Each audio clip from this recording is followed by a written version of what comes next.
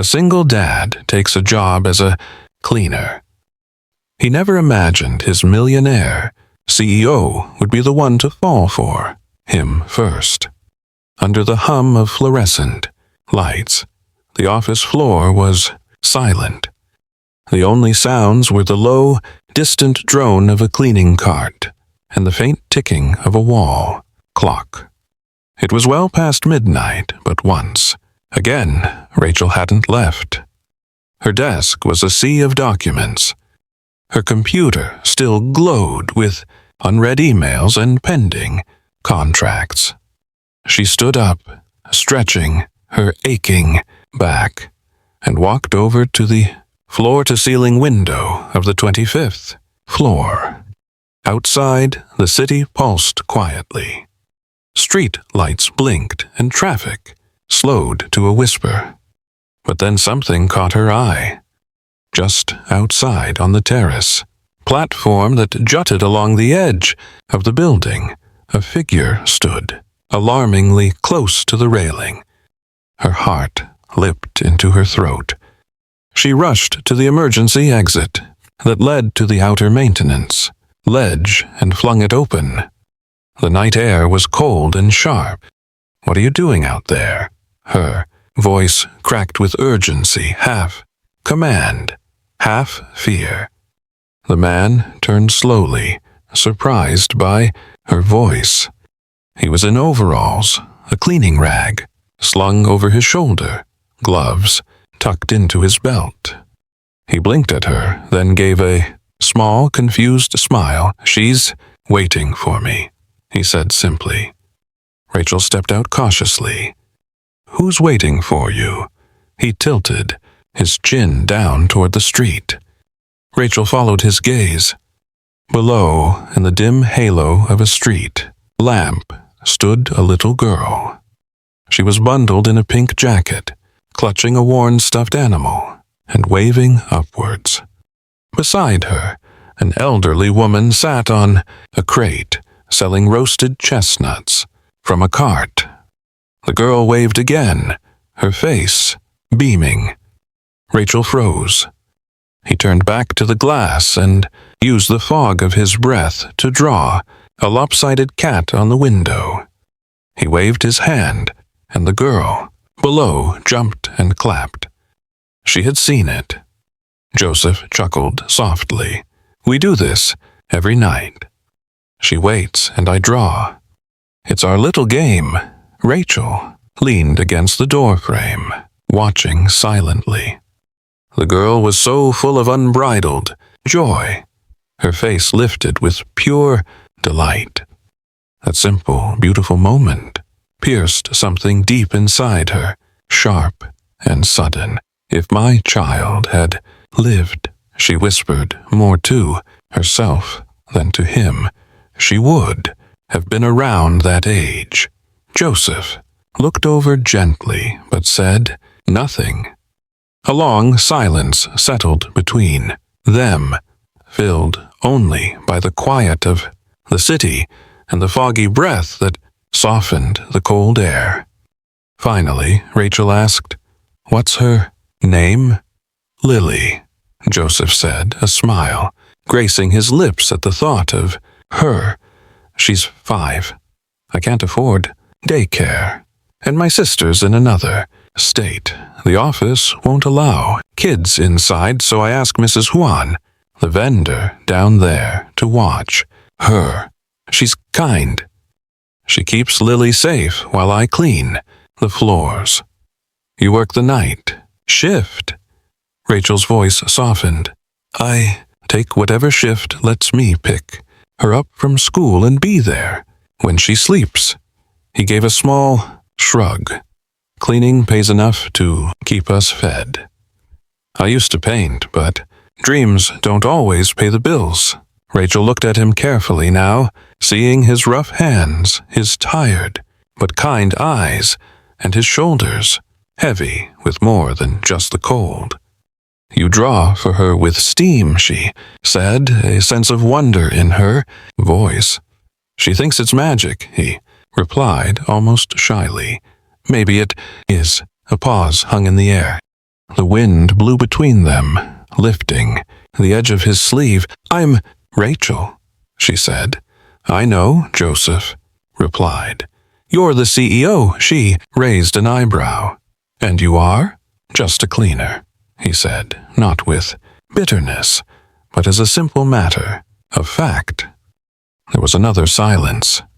But for the first time in weeks, Rachel didn't feel alone in it. And for the first time in a long time, Joseph didn't feel invisible. Inside the glass, where his breath was fading, the drawing remained, soft and imperfect. A symbol. A moment. Rachel looked down at Lily again, who still waited, watching the sky, as if it might bring stories. "She's lucky to have you," Rachel murmured. Joseph didn't answer, but his eyes, full of quiet purpose, said more than enough. Rachel turned back to her office, her steps slower now.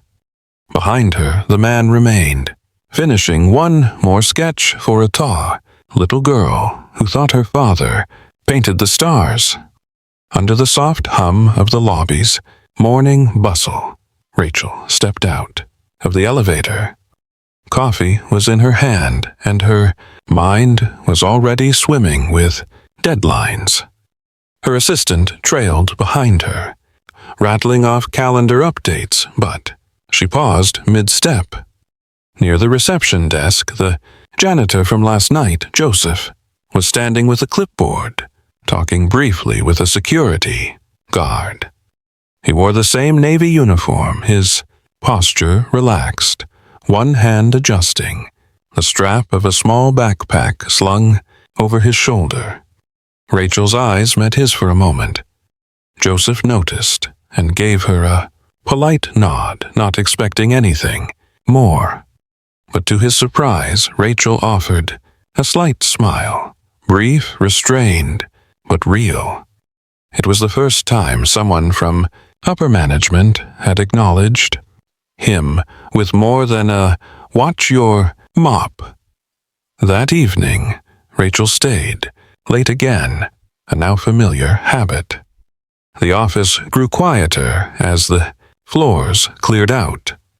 As the silence settled over the building, she heard the familiar, soft sound of wheels rolling across tile. Then, a distant, rhythmic tapping. Joseph wiping down the glass panels at the far end of the hall. Rachel opened her door, leaned slightly against the frame, and asked, "Do you always draw, or was that just for last night?" Joseph looked up, a little startled. He gave a half smile. It started with smiley faces. Now she wants stars. Lots of them. Rachel walked closer, a paper folder still clutched in her hand. "Does she know you used to be an artist?" Joseph's hand paused mid-wipe. "No, not really.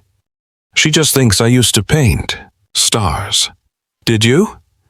"I tried." She leaned against the wall beside him. "You don't talk like a janitor," he gave a soft laugh. "I wasn't always one." A beat passed. "Tell me," she said gently.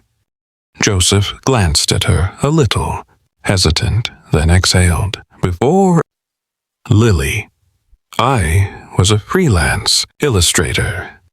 Children's books mostly, painted stories about space rabbits and rain-cloud dragons. My wife, Anna, she was my biggest fan. We used to spend weekends sketching together at parks. We dreamed of starting our own studio." Rachel listened quietly, her gaze soft.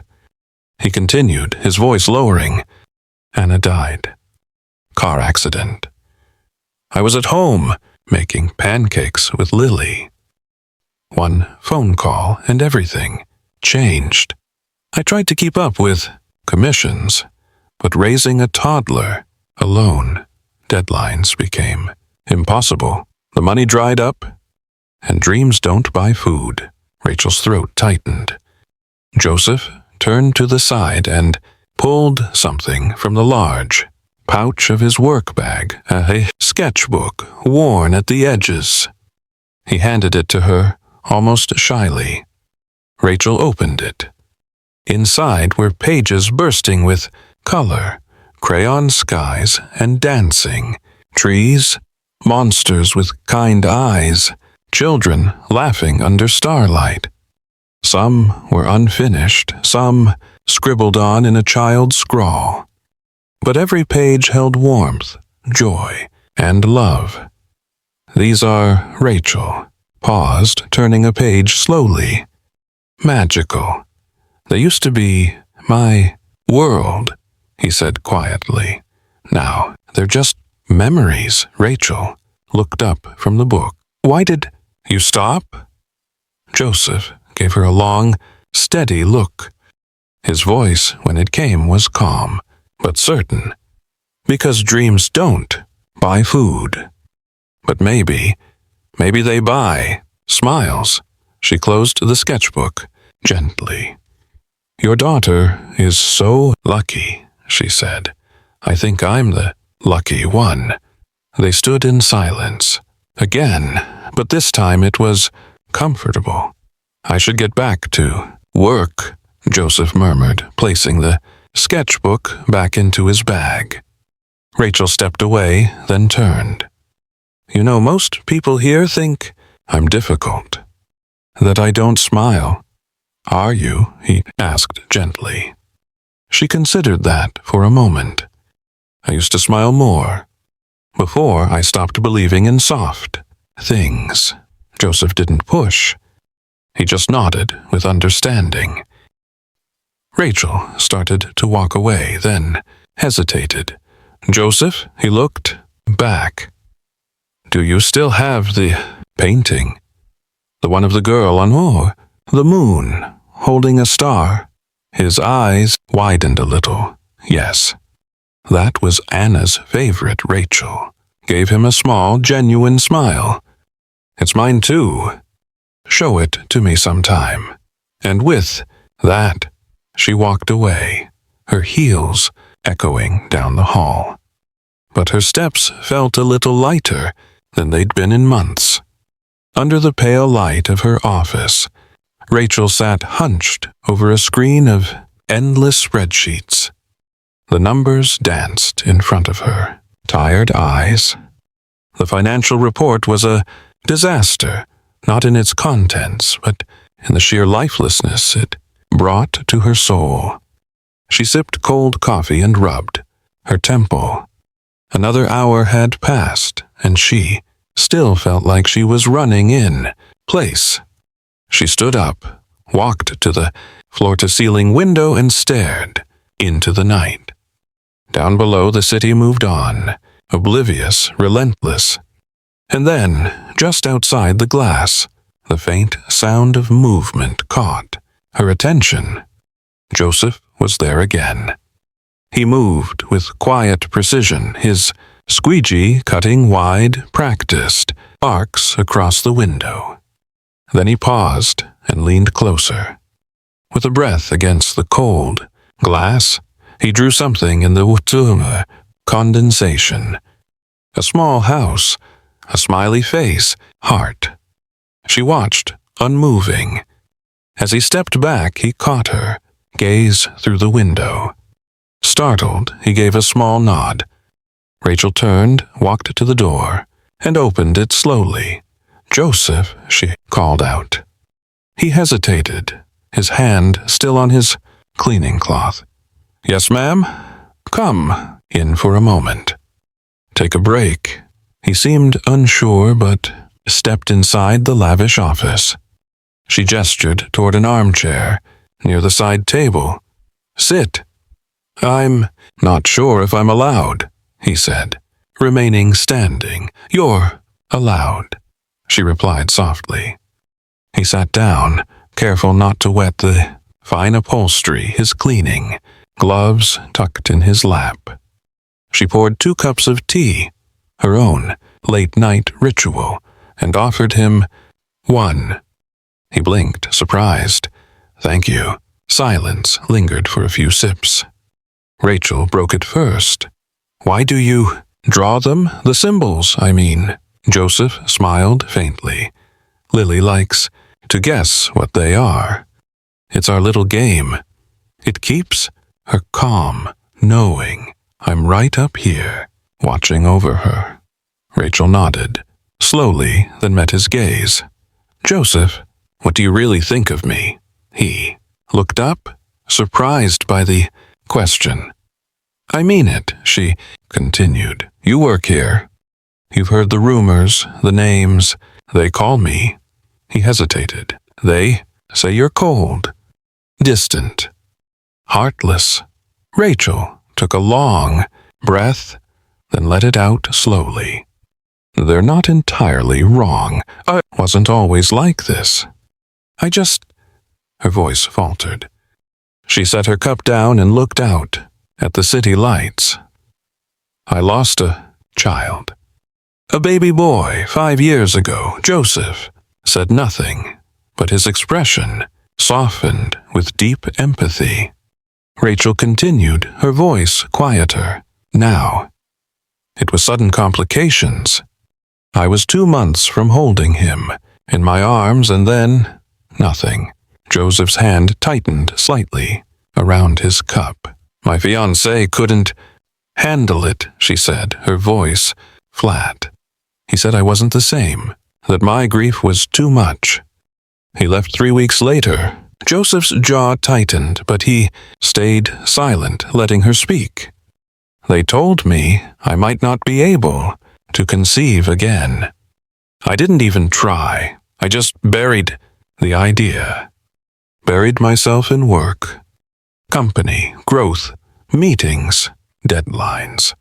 I became the woman they all say I am now." The silence stretched between them again.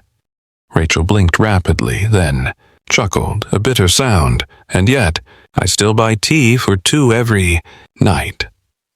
Joseph reached out, his warm, calloused hand covering hers, gently. It was a solid, grounding presence. No grand words, just comfort. "They don't see it," he said quietly. "But I do." Rachel looked at him, startled. "I see strength, but I also see softness. You hide behind reports and appointments, but I see someone who still looks out the window, hoping to feel something again." Her eyes welled with tears she hadn't shed in years. She turned her hand and gently squeezed his in return. "You're not what they say either, you know." He gave a soft, sad smile. "I used to paint stars." They both laughed, lightly, and the sound seemed to soften the sharp edges of their pasts. That night, nothing was fixed, but something fundamental shifted. 2 people, broken in their own ways, found in each other a comfort that felt like the beginning of healing. The next evening, Rachel stepped out of her office just as Joseph was finishing his work in the hallway. She carried a small paper bag in one hand. She'd swapped her usual heels for soft flats, making her movements quieter, less commanding. "Joseph," she said softly. He turned, startled at first. "Mom." "Rachel," he corrected himself, quickly. She handed him the bag. He blinked. "What's this?" "It's nothing big," she said casually. "Just something for Lily." He opened it and froze. Inside was a tiny pair of pink canvas shoes, just Lily size, with little white daisies stitched on the sides. Joseph swallowed hard. You bought her shoes?" "I noticed hers were starting to wear thin," Rachel said, trying to keep her tone light. "And she's always jumping and running. I thought she might need something sturdier." Joseph just stood there, cradling the shoes in his hands, like they were the most precious things in the world. You didn't have to do this. I wanted to. He looked up at her, searching her expression, and saw only genuine kindness. She'll love them, he said finally, his voice thick with emotion. Thank you. The next night, Joseph showed up at her office with a brown paper bag that smelled of warm spices. What's this? Rachel asked, raising an eyebrow. You said last week you missed homemade food. I brought you something from the vendor downstairs. He makes this banh mi that, well, it kind of tastes like my mom used to make. Rachel opened the bag and took a bite. Her eyes widened in surprise. Okay, that's unfairly good, Joseph grinned. Told you. They ate side by side in her office, the window open slightly to let the night breeze in. For the first time in a long time, Rachel didn't feel like she was running on borrowed time. She felt present, grounded. A few days later, Rachel asked, "Would you two like to go for a walk?" Nothing formal. I'd just like to meet her, properly. Joseph hesitated for a moment, then nodded. She'd like that, so that Friday night after his shift ended early, they met outside the building. Lily ran up first, her new pink shoes lighting up with tiny LED flashes as she moved. Rachel knelt down, smiling warmly. You must be Lily. I'm 5 3/4, Lily declared, proudly.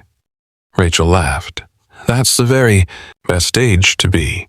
They strolled down the block, stopping at a food cart for grilled skewers and sweet corn. Lily tugged on Rachel's hand excitedly when she saw Cotton, Candy, and Joseph gave a mock sigh as he handed over a few bills. Rachel took a bite of her skewer and laughed as Lily told a dramatic story about a ninja cat she'd dreamed about. She's quite the storyteller. Joseph nodded, his eyes soft. She gets that from her mom. They ended up sitting on a bench outside a closed bookstore, the warm evening wrapping around them like a soft blanket. Lily leaned against her father's side, her eyes starting to droop. Joseph gently covered her with his jacket. Rachel turned to him. She's so lucky to have you. He looked at her. Some days, I don't feel like I'm enough. Some days, she said, gently, just being there is everything. Joseph's gaze softened. You laugh more now. Rachel looked away, a small smile playing on her lips. I didn't realize how long it had been since I really did. They sat there in a comfortable silence, watching the cars roll by. In that quiet, a strange warmth settled between them. A feeling Rachel hadn't known she missed.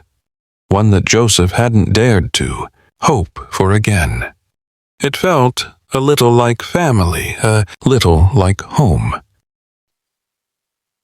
And for the first time in years, neither of them wanted the night to end. Joseph's hands trembled slightly as he wiped down the last panel of glass on the 22nd floor. His movements were slower tonight, less precise. The mop handle slipped from his grip once, and he cursed under his breath. It wasn't the work. He had done far harder things. It was the weight of worry, pressing into his spine like a second gravity. Rachel noticed it immediately. She had been reviewing projections at her desk, but something in his hollow, tired eyes made her pause. She leaned against the doorframe of her office, watching him for its awe. moment longer. Finally, she stepped out. "Joseph," she called, her voice calm but direct. He turned, startled. "Mrs. Hale," he greeted quietly, trying to muster a smile. "You look like hell," she said, not unkindly. Joseph chuckled softly, rubbing the back of his neck. "Long day." "That's more than just a long day," she replied. "What's going on?" He hesitated. His first instinct was to lie, to say everything was fine. But something in her gaze, a rare softness and unspoken concern, made him falter. "It's Lily," he said. "Finally. She has a fever. A high one. I couldn't miss this shift. I left her with Mrs. Khan downstairs. She promised to call if it gets worse." Rachel's expression changed, instantly from concern to alarm. Her voice rose, sharp and disbelieving. "You left a sick child with a street vendor." Joseph flinched. "I didn't have a choice," he said, his own voice tight with desperation. "I can't lose this job." Rachel stared at him for a heartbeat. Then, without another word, she grabbed her keys and her bag. "Let's go," she snapped. "Wait, what?" "We're going to get your daughter. Now." The elevator ride down was tense.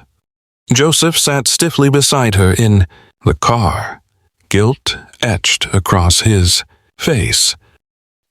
Rachel drove fast but steady, her hands gripping the wheel tightly, her jaw clenched. They found Lily lying weakly on a makeshift bed of blankets behind the vendor's cart. Her cheeks were flushed a deep red, her breathing shallow. Mrs. Khan looked up with an apologetic expression. "I was just about to call," she said gently. "She's getting worse." Rachel didn't wait for permission. She scooped the child into her arms, without a second's hesitation. "She's burning up," she whispered, then turned to Joseph. "Get in." The hospital was 20 minutes away, but Rachel barely registered the traffic lights. She kept glancing in the rear view mirror where Lily lay in the back seat, wrapped in Joseph's jacket. Joseph held her small hand, whispering soft reassurances, his own eyes glassy with fear. In the emergency room, Rachel took control. She answered the nurse's questions and filled out the forms with a steady hand. Joseph just paced like a caged animal, his fists clenched. Rachel didn't leave his side. Hours passed. They sat in the sterile waiting area outside the pediatric ICU. Two strangers bound together by silence, fear, and something much deeper that neither had the words to name. Joseph stared at the floor while Rachel's eyes stayed fixed on the door. "I should have stayed home," he said at one point, his voice hollow with regret. Rachel turned to him. "And how would you pay the rent? Buy her medicine? You did what you had to do. But I left her." "You did not leave her," Rachel said firmly. "You fought for her the only way you knew how. Then the doctor emerged. She's stable. The fever is down. You got her here just in time." Joseph exhaled as if he'd been holding his breath for hours. Rachel covered her mouth with her hand, her eyes filling with tears of relief. And then, without thinking, she stood up and wrapped her arms around him. He froze at first, caught off guard, but then he returned the embrace, holding on tightly. She smelled like lavender and office paper. He smelled like rain and sweat and something heartbreakingly human. "She'll be okay," Rachel whispered. "She'll be okay." But in her heart, what she felt most wasn't just relief. It was connection, and the profound ache of knowing she had almost lost something that wasn't hers but mattered more than anything. The hospital room was dimly lit, washed in the soft amber hue of a single bedside lamp. The rhythmic beeping of the heart monitor kept time with Rachel's own heartbeat as she sat silently beside Lily's bed. Joseph stood near the window, his arms crossed, his eyes fixed on the shadows of cars moving on the street below. The silence between them felt too heavy for words. Then Lily stirred. Her little fingers twitched against the blanket. Her eyelashes fluttered. Rachel leaned forward, holding her breath. Joseph turned sharply at the sound, his posture taut with a mix of hope and fear. Lily's eyes blinked open slowly, her gaze unfocused. Her lips parted, and she whispered a single word. "Mama." Rachel froze. Her entire world stopped in that one moment. Joseph took a step forward, his own heart skipping a beat. "Lily, sweetheart, that's..."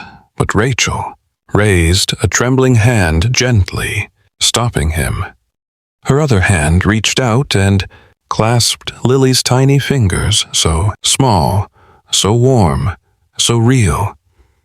"Let her," she whispered, her voice choked with emotion. "Just for now, let her call me that." Joseph looked at her, really looked at her, and for the first time, he saw something in her eyes he had never seen before. It wasn't the steely resolve of a CEO or the guarded composure of a woman hiding her pain. He saw the fracture, the raw, aching need.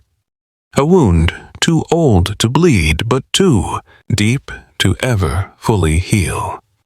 Rachel's lips trembled, her voice barely audible. "No child has ever called me that before." Joseph swallowed hard, a lump forming in his throat. He had seen her powerful. He had seen her kind. But he had never seen her like this, completely unguarded, crumbling in quiet pieces. It undid him more than any outburst ever could. Lily had already drifted back to sleep, lost again in the warm haze of medicine and dreams. Rachel remained seated, unmoving, her hand still clutching Lily's as if it were her only tether to the world. "She would have been 5, Rachel said suddenly, her voice cracking. "My baby, if she had lived." Joseph moved a chair and sat down beside her, offering his silent support. "I was almost 5 months pregnant," she continued, her eyes never leaving Lily's peaceful face. "My fiancé's name was Tyler. He left the day the doctors told me I'd lost our baby. He said he couldn't do it, couldn't watch me fall apart." Joseph didn't respond. He knew this was a moment for listening, not for words. "Couldn't even cry," Rachel confessed. "Not for weeks. I just went back to work. I kept pretending I was okay. I built this empire like it could fill the void, but it didn't. It never does." Her voice dropped to a whisper. "I stopped believing I'd ever feel like this again." Joseph reached for her free hand. She didn't flinch. She didn't pull away. She called. "My mama," Rachel repeated, her voice almost reverent. It shouldn't have meant so much, but it did. Joseph looked at her with a tenderness that felt almost holy. "You were there when she needed someone." You didn't hesitate. You protected her. You comforted her. What else does a mother do? Rachel finally turned to look at him. Her eyes were red, but they were steady, alive with something deeper than pain. I don't want to just be a visitor. I don't want to be a passing moment in her life. Joseph held her gaze. I want to help you raise her, she said, her voice firm with newfound purpose. If you'll let me, I want to be a part of her world, of your world. He was quiet for a long moment, his jaw working as he tried to swallow the emotion rising in his throat. Then he nodded, his voice soft but certain. She already loves you, and so do I. Rachel let out a shaky breath, half laugh, half sob. I wasn't ready to fall in love again. Neither was I, Joseph admitted. But then you showed up. In the middle of the night. In the middle of my storm. They sat there for a long while, hand in hand, watching Lily sleep. The machine still beeped. The lamplight still cast long shadows. But something inside that room had shifted. A quiet, unspoken vow was made in that silence. Not a promise of perfection, but a promise of presence. They left the hospital the next morning, together. Rachel carried a sleeping Lily to the car, while Joseph gathered their small bag of things. Lily leaned her head against Rachel's shoulder, murmuring softly in her sleep. Mama. Rachel kissed her forehead, her voice steady now, no longer trembling. I'll be here, she whispered, every day, for as long as you need me. And from that moment on, they were no longer two lonely people circling a life that had passed them by. They were a family, forged not by blood, but by choice, by chance, and by love. The shift in the office was subtle at first. Lingering glances, half concealed, whispers. Then the rumors spread like wildfire. They crept into boardrooms and break rooms, sliding beneath glass doors and into carefully worded emails. Rachel Archer, the brilliant, ruthless CEO and the janitor, the man who wiped down windows and emptied trash bins. She's having a breakdown, someone muttered in the break room. He's just using her for her money, said another. Midlife crisis, a board member smirked. Or maybe she just got lonely. Rachel heard them all. Not directly, but in the sudden silence that fell when she walked into a room. In the way some executives looked past her during meetings. In the board's sudden intrusive interest in her personal life. She began to question everything.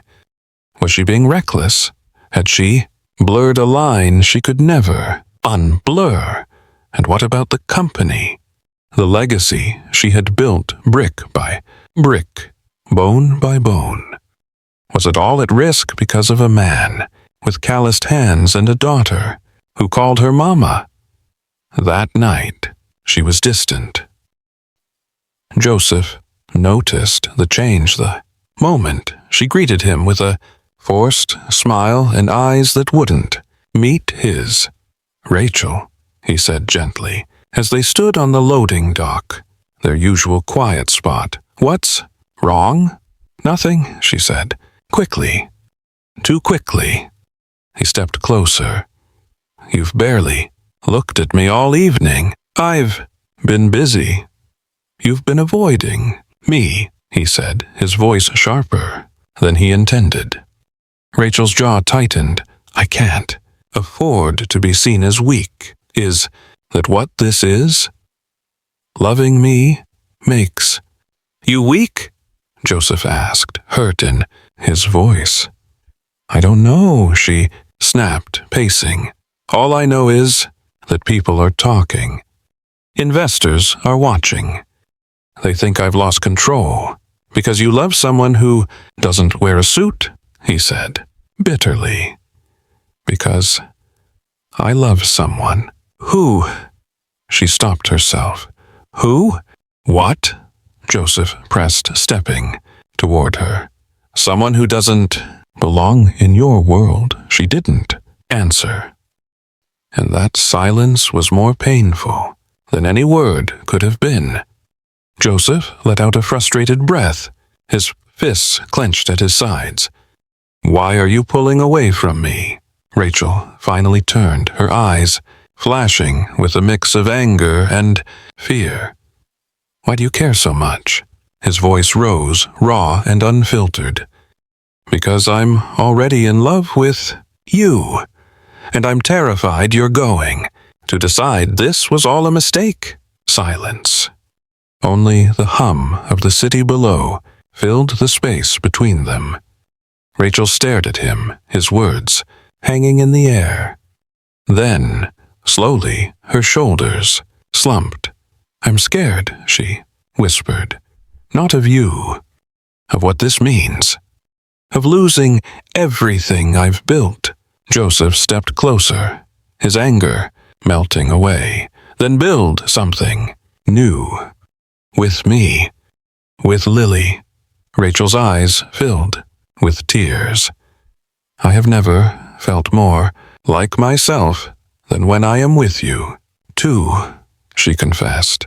But I have also never felt more exposed. He reached for her hand, his touch gentle. You're not alone in this. And you are not wrong for wanting to be loved. She held his gaze. Even if it costs me everything, he smiled sadly. If it's real, love, Rachel, it always gives you more than it takes. She didn't reply. She just leaned into him, resting, her forehead against his chest. And for the first time that night, the silence wasn't cold. It was a comfort. Because even in the doubt, even in the fear, there was love. And that love was real. 1 year later, the building at the corner of 12th and Maple had transformed. Where an empty storefront once stood, there now gleamed a wide glass window, painted with watercolor stars. In bright blue letters, a sign, and read, Lily's Light, Art Studio and Gallery. Inside, children laughed. Brushes danced across canvases, and the walls were filled with messy, joyful masterpieces. At the back of the studio, Joseph stood by an easel, his sleeves rolled up, his hands stained with color. The man who once scrubbed windows was now teaching others how to truly see the world through them. The donation paperwork for the studio listed an anonymous benefactor. But every time he looked up and saw Rachel standing by the door with Lily on her hip, he knew. She had done this quietly, without any need for credit, because that was the woman she was. Rachel had changed too. Not in the sharp cut of her suits, or the way she led meetings with unwavering clarity, but in the permanent softness behind her eyes, in the way she smiled now, freely, and without holding back. Her office at the top of the tower still bore her name in silver. But most days, she finished work early to join Joseph and Lily at the studio, her heels swapped for sneakers, her planner left behind. The adoption had been finalized 6 months ago. It was a quiet courtroom affair, with just a few friends present. Rachel sat beside Joseph, her hands trembling slightly as the judge read the order aloud. Lily, sitting on her lap, was more fascinated by the judge's gavel than the gravity of the moment. But when the judge looked up and said, "Miss Archer, do you accept full legal guardianship of Lily, Rose Bennett?" Rachel's voice did not waver. "I do," she said, as tears of pure joy spilled down her cheeks. Now, on Lily's 6th birthday, the studio was decorated with paper, lanterns, and glittery stars. Balloons hung from every corner. There was cake, music, and more, laughter than the walls could hold. Rachel watched as Lily tore open her presents, with Joseph crouched beside her, guiding her small hands. The light in their eyes reflected something Rachel had once thought she had lost forever. When the guests began to leave, when the music quieted, and the stars outside began to shine, Joseph took Rachel's hand. He led her to the corner of the far room where a special painting now hung. A house, a sky full of stars, and a tiny figure holding a child's hand, looking up. "I've been waiting to do this the right way," he said, reaching into his pocket. Rachel blinked as he pulled out a small velvet box. "Joseph," he opened it, revealing not a ring, but a delicate silver chain. On it hung a pendant engraved with 3 initials, R, J, and L. And beside it, a tiny, delicate charm. A charm Rachel recognized, instantly, her breath catching in her throat. It was from a bracelet she'd bought for herself when she was pregnant. The last tangible piece of the child she had lost. "I found this the night we first met," Joseph said, his voice quiet and full of love. "You left it on your desk. I didn't know what it meant until much later." Rachel reached up, brushing a tear from her cheek.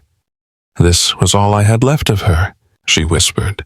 "I know," he said, softly, "but I thought maybe it could mean something more now." He took the chain, placed it in her palm, and gently closed her fingers around it. "Rachel Archer," said, his eyes never leaving hers. "You saved my life. You gave my daughter a mother and a future. You gave me back a dream I had, buried for years. Lily made us a family. But you made us whole." Rachel's breath caught. Then she nodded once, slowly, and threw her arms around his neck, holding him tight. From across the room, Lily's voice called out, "Mama, Daddy, look!" She was pointing to the cake table, where a single forgotten candle had somehow relit itself, glowing brightly in the dark. Rachel laughed through her tears. Joseph pulled her in closer. They walked back to Lily, hand in hand. They weren't a perfect picture. They were something far better. They were a real family, built from loss, from kindness, and from incredible second chances. And above them, in the window that Joseph once cleaned in silence now, hung a hand-painted sign in Lily's own handwriting. It read, "Home is where the heart heals." And theirs finally had. Together. If this story stirred something in your heart, if it reminded you that even in the quietest, most unexpected places, love can find its voice, then we invite you to stay with us a little longer. Life doesn't always follow a perfect script. But sometimes the most unexpected chapters are the most beautiful. Don't forget to subscribe to Soul Stirring Stories for more. Heartwarming tales of resilience, love, and second chances. Because somewhere out there, a story just like this is waiting to be told. And it might just be the one you need to hear. Thank you for watching. And remember, the heart always finds its way home.